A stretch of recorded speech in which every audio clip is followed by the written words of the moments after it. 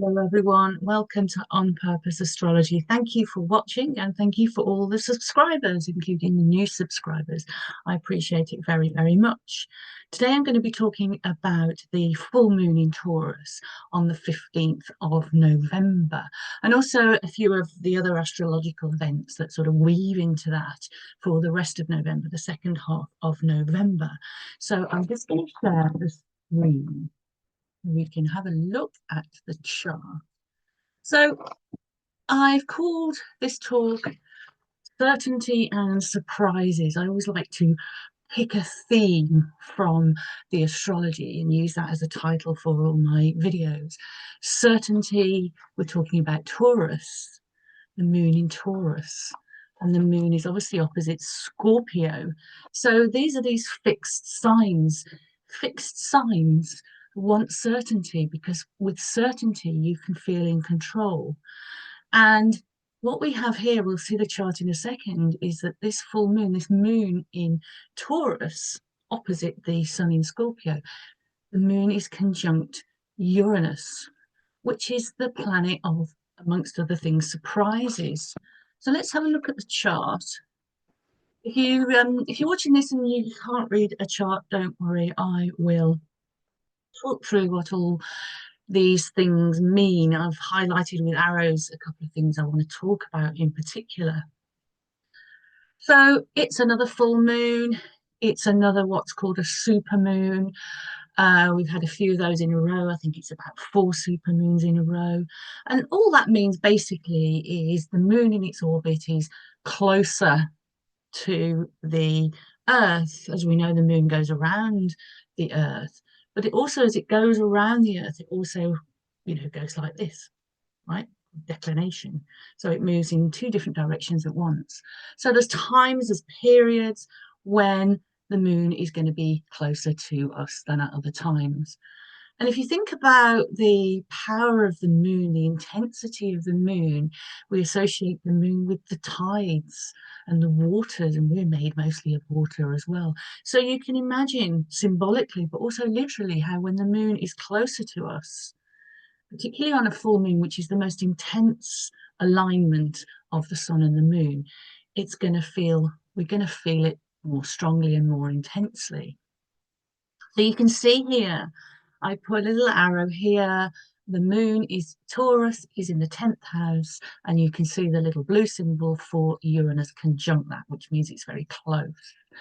The 10th house here, it's in the 10th house for a chart set for London, but you're most likely going to have this moon in Taurus in a different house in your chart, depending on your chart. As I always say, you can get a copy of your chart for free on astro.com or alabe.com, and you can see what house the moon will fall into and also what the sun will fall into, because we've got a sun moon opposition always with a full moon. So you look at that pair of houses.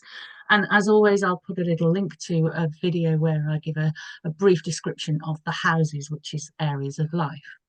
So to move on to what do we think about this? What can we say about this full moon in Taurus? Well, generally all full moons, it's the peak of the lunar cycle, the sort of approximately 1 month lunar cycle. So it's the top end of the cycle. So it's when things kind of culminate, when things come to a peak, when things come to a head. If we think back to the new moon, there's no light. So we can't really see, we can plant seeds, but we can't really see what's going to happen. By the time the full moon comes along, we have a good idea. We can see more. We can see what's happened, how the last couple of weeks of that particular lunar cycle has manifested. So it shows us things into the light. Uranus also shows us things. Uranus shows us things we don't often expect to see, or we don't want to see. You can find a bit of revulsion or resistance with Uranus, with the change element of Uranus. Uranus signifies changes, and the fixed signs don't like change particularly. So it can feel difficult. That's why we can feel that kind of resistance. So during this full moon period, and we're thinking about a couple of days in the lead up to the full moon as things intensify, is that we are might be feeling resistance to change, resistance for things that we need to do. Uranus is associated with, as I said, surprises, things coming to the light, which could be secrets. It could also be emotions coming up. The moon is an emotional planet, of course. We call it a planet. We know it's not a planet, but in astrology, it's shorthand, right, for all the planets. The sun is in Scorpio, likes to keep its emotions and its thoughts close, you know. So you might have some intense emotions coming up that are unexpected.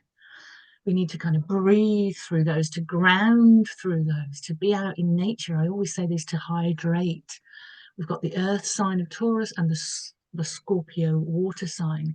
Hydration and grounding here is very, very important, particularly when, and breathing, of course, breathing deeply and sighing it out, you know, if you're feeling intense.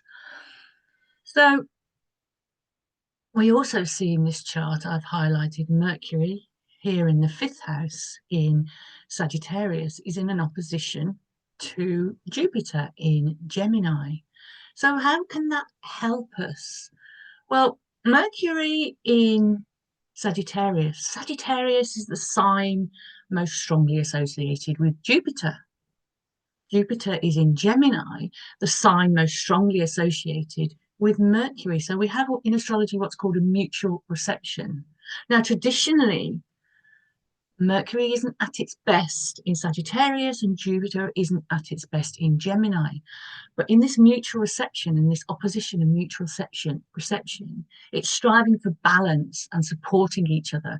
So there's a striving here for balance, and also a full moon as well is a striving for balance as well. Balance of what you want to do in the world and what your feelings are. Of course, the sun and the moon, your purpose and your emotions, your habits, your routines, all of these things. But going back to Mercury and Jupiter, how can this help us with the intensity of this time? We've just gone through a really intense Mars in Cancer opposite Pluto in Capricorn. You'll see in this chart here, and I'll speak to this in a second, that Mars has now moved into the sign of Leo, and here it can help us as well. But Mercury and Jupiter. So Mercury is about the mindset, and Jupiter is about the higher mind. Also, Uranus, we've talked about Uranus being conjunct the moon here. Uranus is also says something about the higher mind. It's kind of the higher octave of Mercury, if you will. So we've got a real theme here of mindset, thinking about what our mindset is. With this opposition between Mercury and Jupiter, we're striving for a balance between that higher mind and the lower mind. And I don't mean lower mind in a, in a negative way. I mean, these daily thoughts and the daily patterns, the daily mindsets. It's about, I think, this opposition remaining curious, whatever comes up for you, whatever events, whatever anyone else says or does, or what your mind is doing, remain curious. And a good way, I think, to remain curious, and I think it's helped by this Mercury-Jupiter opposition, is to step into your wise observer in order to see the bigger perspective. What do I mean by the wise observer? Now, I always practice this when I'm feeling very stressed. And it's very simple and easy to do, but you sometimes obviously we forget to do these simple and easy things that can help us. But the way I tap into my wise observer is that I imagine whatever I'm going through, my small mind is telling me worries, it's telling me about things that are pressured, and I've got this to do, and I've got that to do, and I'm worried about whatnot and something else, is I can find a way sometimes to step into another part of my mind. So how we get into that is we think about, okay, I am having these thoughts and they're not really helpful and they're not helping me to solve a problem that I've got. So who or what is having these thoughts? who or what is observing these thoughts. It's about putting yourself into an observer mode. So you're observing your own thoughts.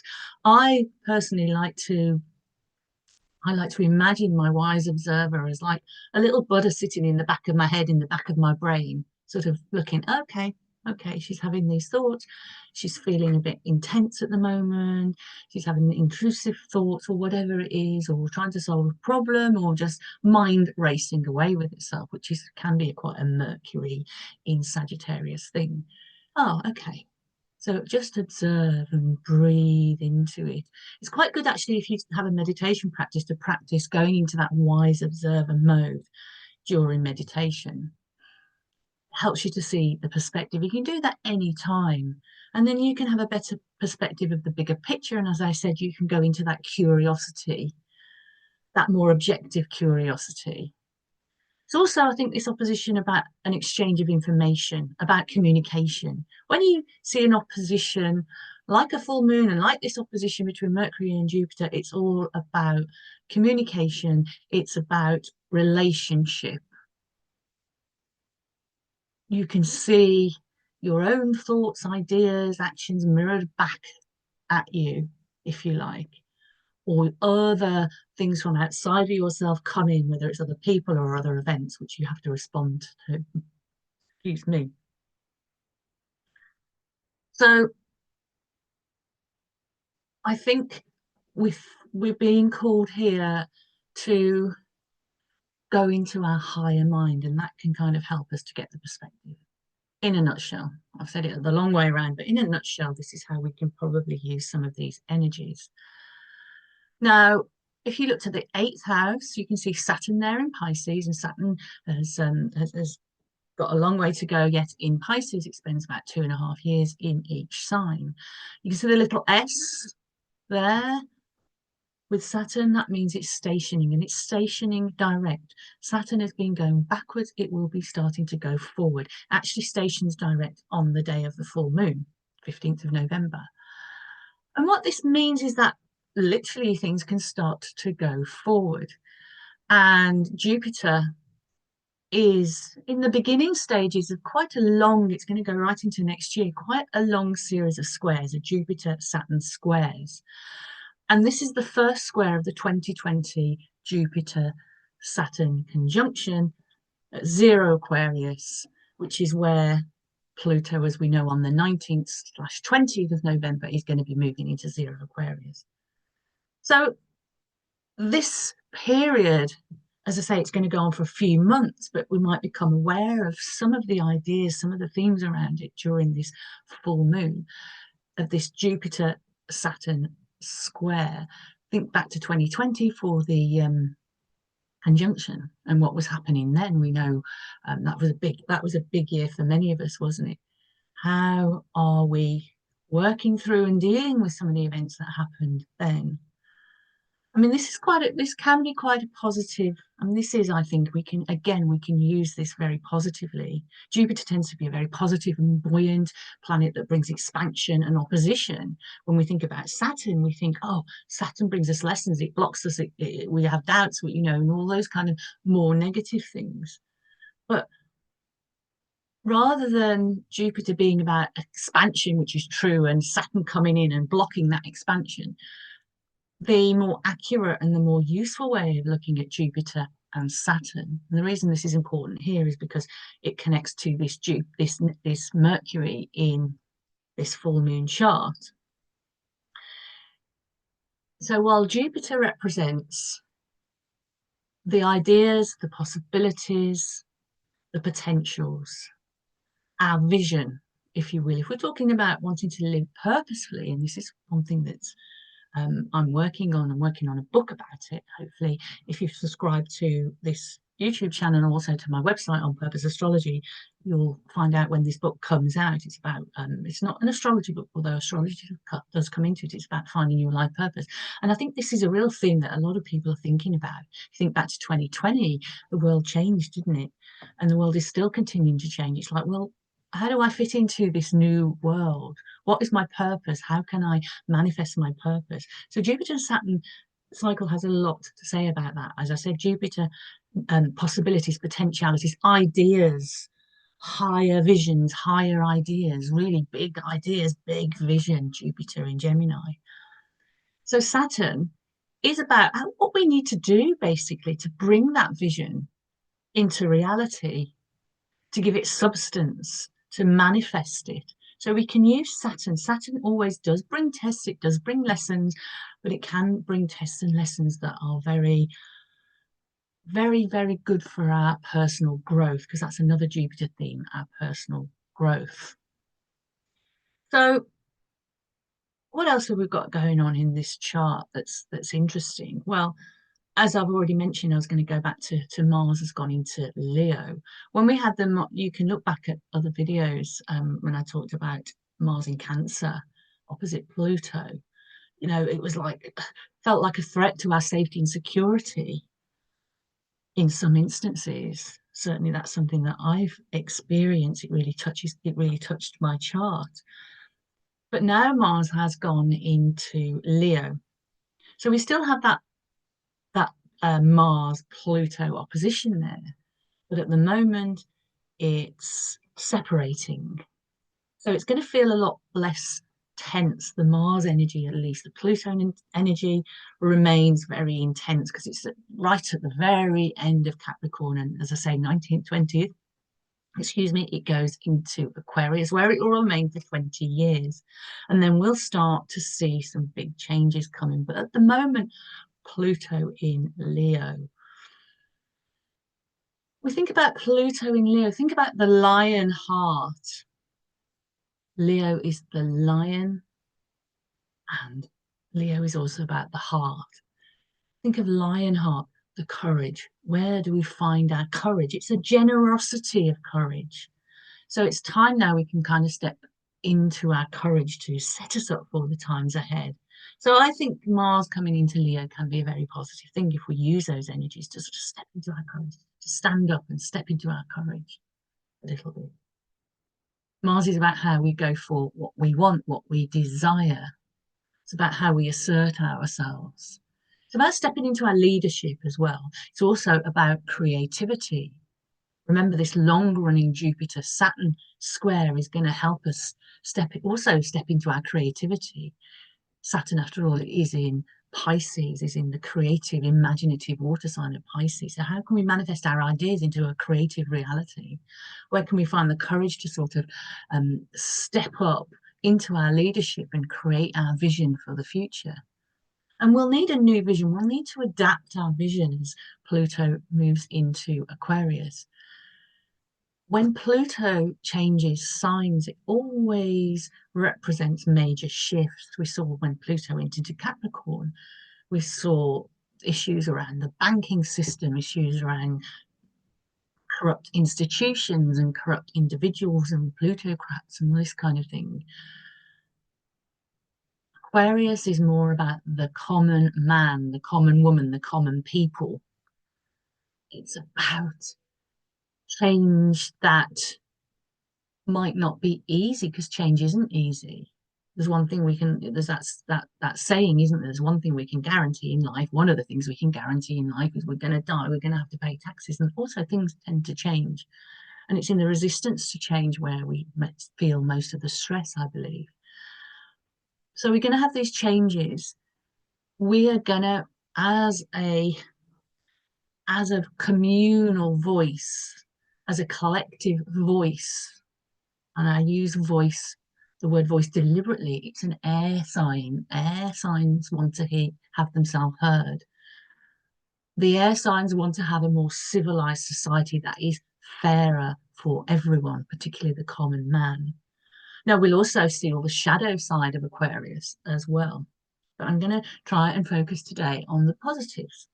So we're going to see things moving forward in a fair way, we hope.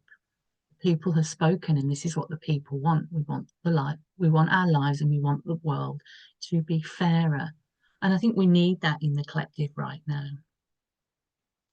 So We have quite a lot going on. I've gone a little bit off from the actual full moon, but hopefully you can see the themes of the full moon coming through quite strongly.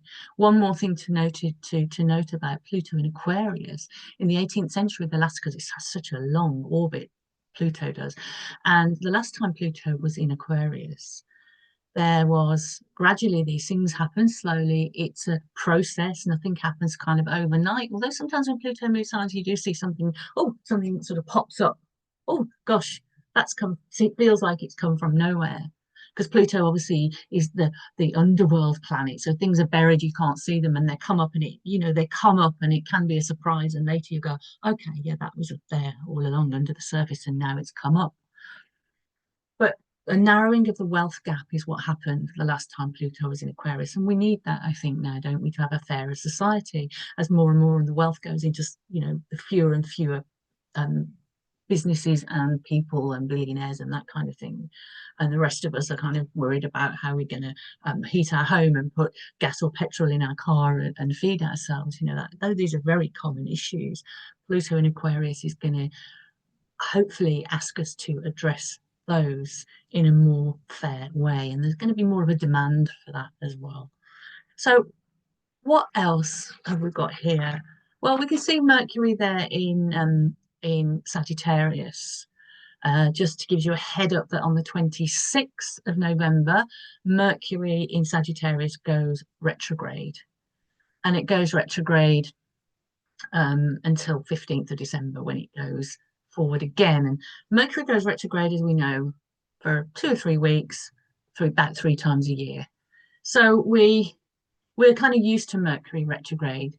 The themes for this Mercury retrograde are going to be Sagittarian themes. So that wisdom, that vision, where we might need to redo, revise, rest, rethink how we're going to move forward. Also rethink our kind of mindset. Things can feel bigger than they are with Mercury in Sagittarius. The mindset can kind of make things bigger, exaggerate things, which might make it a little bit more difficult. Or on the converse side, that bigger vision, that grander vision. And you might feel that when Mercury is retrograde, as I said, from 26th of November until 15th of December, as we're in the run up to the holiday season, we might be thinking about, where do we have to kind of revise, not go back to the drawing board. I don't think it necessarily Mercury retrograde. I think it gets overplayed a little bit in astrology, but you might have to kind of revise and renew and perhaps even redo or tweak a few things. So that's something to just bear in mind. But really, as I always say, remain heart-centered. If you can remain heart-centered, a good way to center yourself is to center into your heart space. Put your hand on your heart, breathe into your heart. I've been hearing a lot, when you hear the same thing over and over and over again is, yes, I'll take notice. That we think the opposite of love is hate. The opposite of love is actually fear, because doesn't hate come from fear? So where can we put ourselves into love? And sending love as well to, if we can feel that love in our heart, if we can breathe into heart, feel that love for ourselves first, and then for those who are around us, then to our neighbours, to our communities, and then we can send love to the whole world, even people we don't agree with. There's a lot of division at the moment, isn't there? We're talking politically, but in other ways, and the culture wars and all that kind of thing. Where can we feel love for those we don't even agree with? Most of all, feeling love for ourselves. So I hope this is a good time for you. I hope this video is really useful. Just before I go, to let you know that I am currently offering discounts on personal consultations. I'll put the link to my website on purposeastrology.com. I'm offering £20, 20 GDP, 20 pounds, sorry, off personal consultations at the moment. I always do I try to do this at this time of year because we're getting to the end of the year and people are thinking about the year ahead, 2025, and what's coming for us personally. And I'd love to work with any of you that are interested. Please just drop a note via my website on purposeastrology.com, and we can talk about if a consultation is right for you at this time. Thank you very much for watching us again, sending all that love, all that heart to all of you. Take care. Cheers. Bye bye.